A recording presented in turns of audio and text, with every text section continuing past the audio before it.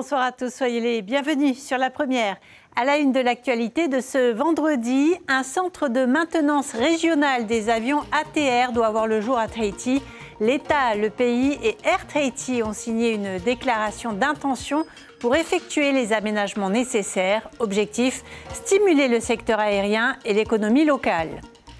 Les bateaux de la flottille administrative mobilisés pour transporter les pirogues de la Hawaii Kinui Va'a au Raromat'ei. La 32e édition de la course s'annonce historique avec 243 équipages, toutes catégories confondues. Nous en parlerons dans notre rubrique Tehono Ta'amotu avec notre invité Louis Maiotui, vice-président du comité organisateur de la Hawaii Kinui Va'a. Il sera en direct de Huahine. Les boxeurs de Tahiti seront-ils de la partie aux Jeux du Pacifique de 2027 ? Pour cela, il faudrait que l'une des deux fédérations de boxe obtienne la délégation de service public. On tentera d'y voir plus clair dans ce journal. Et puis nous reviendrons sur ce léopard de mer blessé au gambier. La population était un peu perdue face à ce mammifère plutôt habitué aux eaux glacées. Il a finalement quitté Rikitea.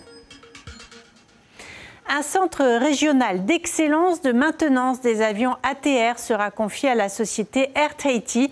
Une soixantaine d'avions de type ATR volent actuellement dans le Pacifique Sud et réalisent leur maintenance en Nouvelle-Zélande ou à Singapour. Air Tahiti assure elle-même ses opérations d'entretien. Le pays, l'État et Air Tahiti ont donc signé une déclaration d'intention qui devrait stimuler le secteur aéronautique en créant de nouveaux emplois. Natacha Silagi, Vito Tap'o et Patrick Tinsing. Personne n'a oublié le crash du Twin Otter d'Air Moorea en août 2007 qui avait fait 20 victimes. En cause, des manquements dans la maintenance de la filiale d'Air Tahiti.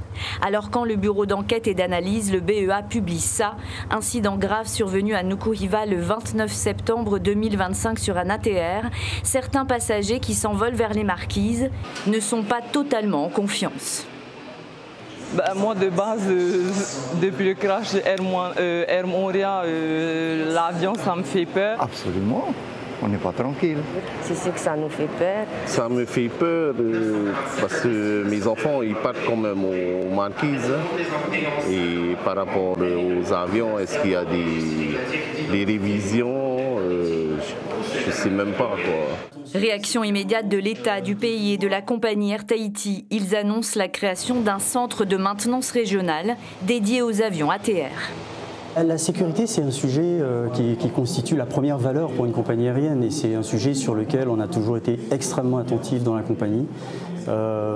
Et c'est aussi une des raisons pour lesquelles on veut absolument être encore meilleur qu'on ne l'est aujourd'hui pour l'avenir. Maintenant, il faut qu'il y ait un plan d'action avec un certain nombre de points qui vont permettre de savoir quels sont les axes que Air Tahiti souhaite développer et on va accompagner dessus. Il y a des dispositifs financiers qui pourront être... Je n'ai pas aujourd'hui parce que je ne sais pas quelles sont les demandes, mais il y aura forcément des dispositifs financiers qui seront étudiés. Un projet ambitieux et novateur selon les autorités qui devrait voir le jour dans 3 ans avec une filière de formation dédiée à la maintenance aéronautique.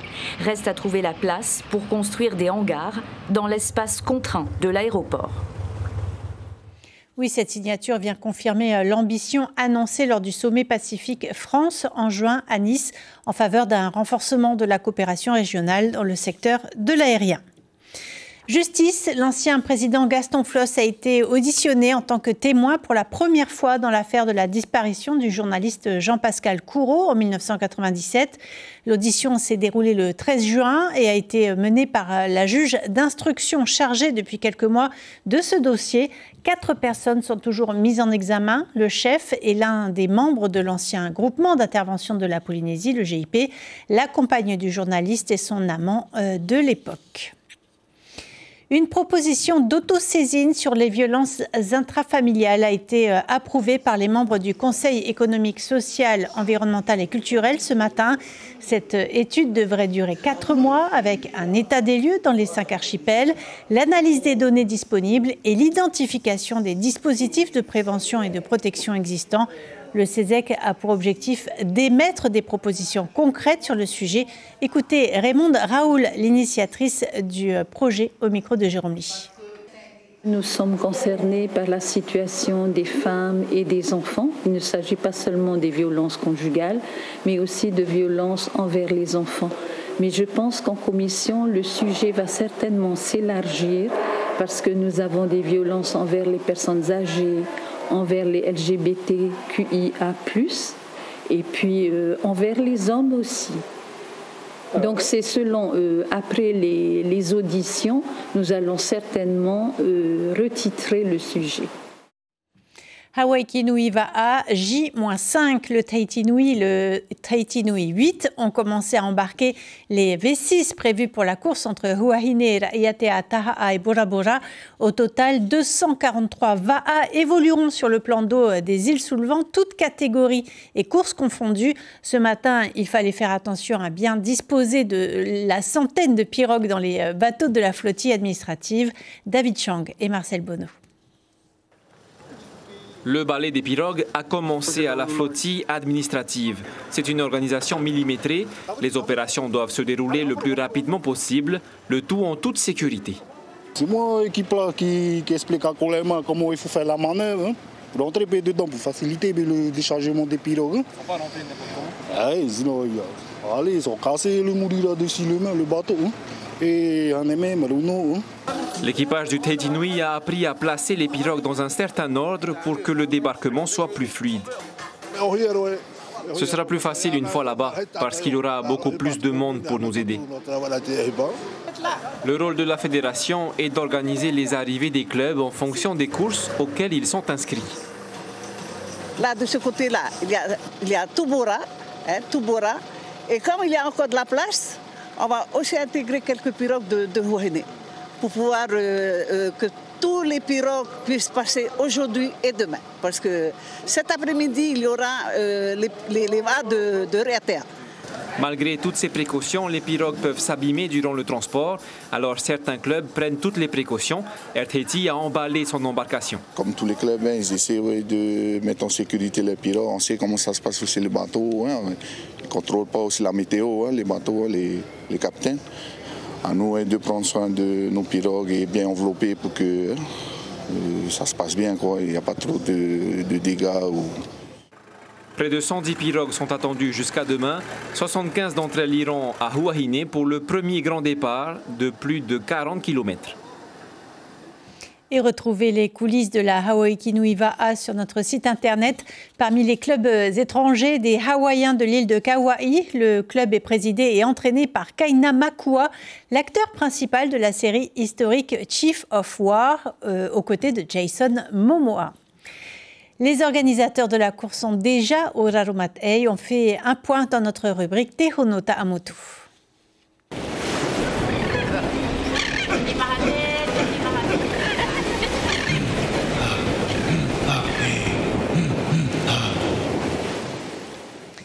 Et on retrouve Louis Mai-Otui à Huahine. Bonsoir Louis, vous êtes vice-président du comité organisateur de la Hawaii Kinui.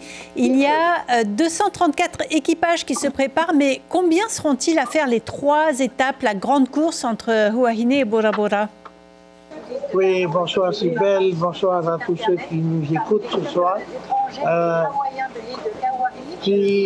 Pour les équipages qui feront les 3 étapes, nous aurons plus de 74 VAA qui feront les 3 étapes au départ de Huahine. Oui, à Raiatea, il y a les vétérans 60 ans, les femmes et les juniors, c'est ça? C'est bien ça, absolument, c'est bien ça. Alors, nous aurons la Wahine des dames et les Taoudia. Et viendront ensuite les vétérans de 60 ans, nos masters qui veulent toujours continuer à pratiquer notre discipline. Ensuite, il y aura la fameuse aérée. C'est une nouvelle course où on retrouve les benjamins, les minimes, les cadets. C'est une bonne course d'entraînement qui est très attendue. C'est une course, non pas d'entraînement, mais c'est une consécration pour nos jeunes et pour tous le Parab A et aussi les Amazones, qui, comme vous le savez, ce sont des femmes qui ont été touchées de lourdes maladies et qui, malgré tout, ont choisi d'avoir une discipline sportive à pratiquer, notamment le A. 15 équipages. Cela constitue la 4e étape du Hawaii Kinui. 15 équipages étrangers sont de la partie cette année. Ils viennent d'où? Oui, 15 équipages étrangers en prenant les dames avec. Ça a un air de revanche, il ne faut pas se le cacher, aussi bien chez les dames que chez les hommes. Les Hawaïens veulent en découdre et reprendre aussi le haut du flambeau.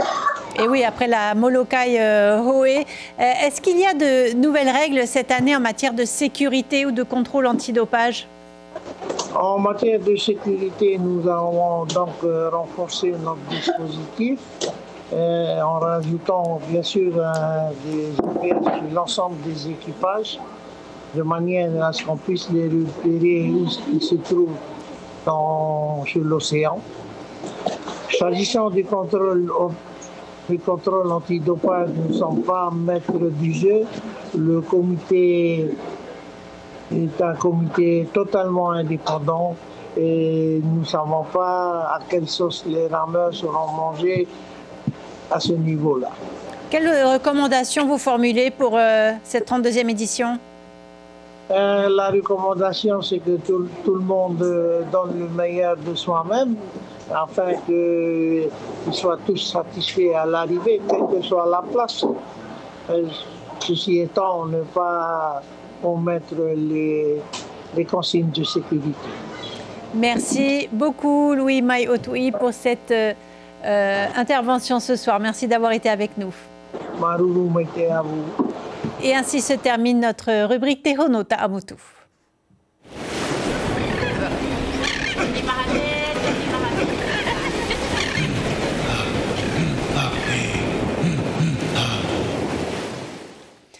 C'est l'incertitude concernant la participation d'une équipe de boxe polynésienne aux prochains Jeux du Pacifique en 2027. En cause, l'absence de délégation de service public. Depuis 2023, aucune des 2 fédérations de boxe présentes sur le territoire n'a reçu cet agrément. Et sans cette DSP, il ne peut pas y avoir d'équipe de boxe aux prochains Jeux, des Jeux prévus à domicile du 24 juillet au 6 août 2027. Patrick Régis, Juan Pautoru et Jérôme Lee. 2 fédérations pour une délégation de service public. Et entre elles, ça se joue au point. Pour Ismaël Tayata, la fédération de boxe de Polynésie française est la seule à pouvoir prétendre à cette délégation de service public. Une fédération adossée à la World Boxing Association et reconnue par le Comité international olympique. Pour les Jeux du Pacifique, j'ai reçu un courrier du président de la World Boxing qui nous a confirmé que seuls les boxeurs de la FBPF pouvaient participer aux Jeux du Pacifique. Parce que nous sommes la seule fédération reconnue par cette entité. Donc ça veut dire que si M. Tohiti a la DSP, il n'y aura aucun boxeur de Polynésie française qui participera aux Jeux du Pacifique. A l'inverse, Taoti Nena, président de la Polynesian Boxing Association, se base sur sa présence sur l'ensemble des îles de l'archipel, mais aussi sur l'organisation de différents événements et des résultats obtenus pour justifier la légitimité de sa candidature. Il faut savoir qu'au sein de la fédération que je préside, nous avons plus de 70 clubs. On a des soirées pratiquement toutes les semaines. On revient des Australes. Demain, ce week-end, on sera à Paia. La semaine prochaine, on sera à Reatea. Ensuite, il y a des Calédoniens qui arrivent en novembre. On a nos championnats. Donc on est réellement présent partout. À terme, une seule fédération décrochera le précieux sésame, un choix cornélien selon Louis Provost, président du comité olympique de Polynésie française. Si le gars qui a la DSP n'est pas reconnu par la fédération du PJC, il ne pourra pas présenter de boxeur. Si la fédération qui est reconnue par les instances du Pacific Game Council n'a pas la DSP, donc ne peut pas être au comité olympique, il n'y aura pas de boxeur non plus. La décision finale appartient au pays. Il a jusqu'à mars 2026 pour choisir son délégataire de service public.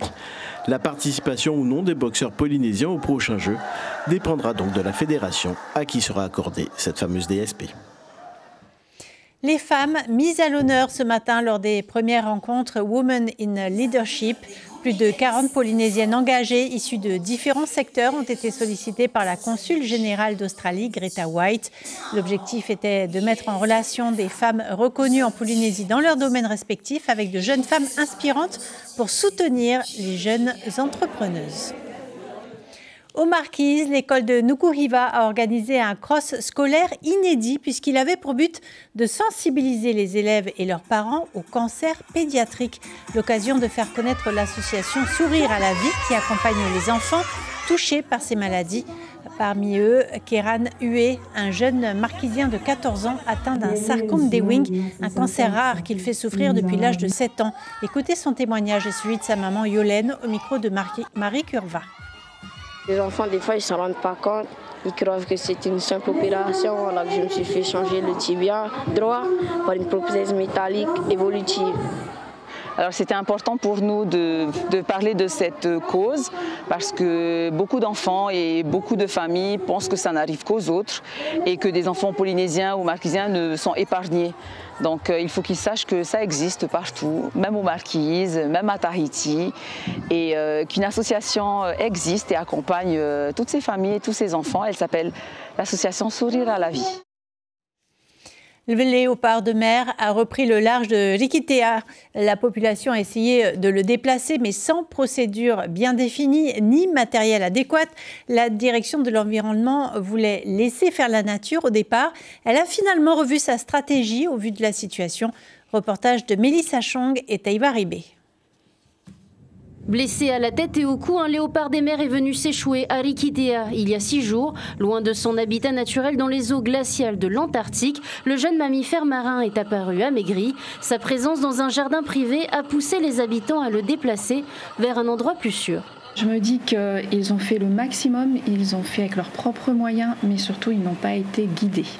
Normalement, le rôle de la gestion d'un échouage, c'est de guider, de dire ce qu'il faut faire, ce qu'il ne faut pas faire, comment le faire et donner les moyens de le faire. Là, il n'y a rien. Ils auraient pu se faire mordre ou cet animal qui est malade et dont on ne sait pas quelle est la pathologie, quelles sont les pathologies qui peuvent être contagieuses et graves, peuvent contaminer les habitants, peuvent contaminer les animaux. Voyant que le pays ne ferait pas intervenir de vétérinaires sur place, Agnès Bennett a rappelé que le Code de l'environnement stipule que les mammifères marins se trouvant dans les eaux polynésiennes sont des espèces protégées. Son appel n'a pas été vain puisqu'elle a été reçue par la direction de l'environnement. Chaque cas est différent. Mais la première des choses à faire, c'est de la surveillance, la prise de photos, de données, sans forcément porter atteinte et mettre en danger la personne. C'est la première des choses. On est en train de finaliser un protocole qui va vraiment servir à toutes ces îles, que ce soit aussi bien des côtés des Australes ou des Gambiers, où on a souvent aperçu ce type d'espèces, pour que la population et toute la commune et toutes les personnes, toutes les parties prenantes puissent être capables de savoir exactement quoi faire dès qu'on apercevra ces animaux la prochaine fois. Une mission vétérinaire est prévue ce mardi 28 octobre pour prendre en charge l'animal, à condition toutefois que le léopard des mers refasse surface. Michel de Chazeau fête ses 93 ans alors que ce mois d'octobre marque les 60 ans de la télévision en Polynésie. C'est l'occasion pour Polynésie la première de célébrer cette professeure de lettres devenue animatrice. Vous trouverez un excellent article de Méléini Gamblin et Teiva Aroé sur notre site internet racontant la vie passionnante de Michel, notamment sa passion pour la radio et les 800 entretiens qu'elle a réalisés. Nous lui souhaitons un très joyeux anniversaire. L'information principale de ce vendredi, un centre de maintenance régional des avions ATR à Tahiti doit voir le jour d'ici 3 ans. L'État, le pays et Air Tahiti ont signé une déclaration d'intention pour effectuer les aménagements nécessaires. Objectif, stimuler le secteur aérien et l'économie locale. Une ambition annoncée lors du sommet Pacifique France en juin à Nice. Au programme de votre soirée sur la première, la série Dans l'ombre sera suivie de l'émission Intuition, qui sera le plus proche. Voilà pour les informations de ce vendredi. Demain, vous retrouverez Tita Wadoum et Laïna Tetouanoui pour vos journaux en radio. On se quitte sur les images de l'exposition du peintre Tehina, dont le vernissage a eu lieu hier soir à la Galerie Winkler. Passez une très belle soirée sur nos antennes et à demain.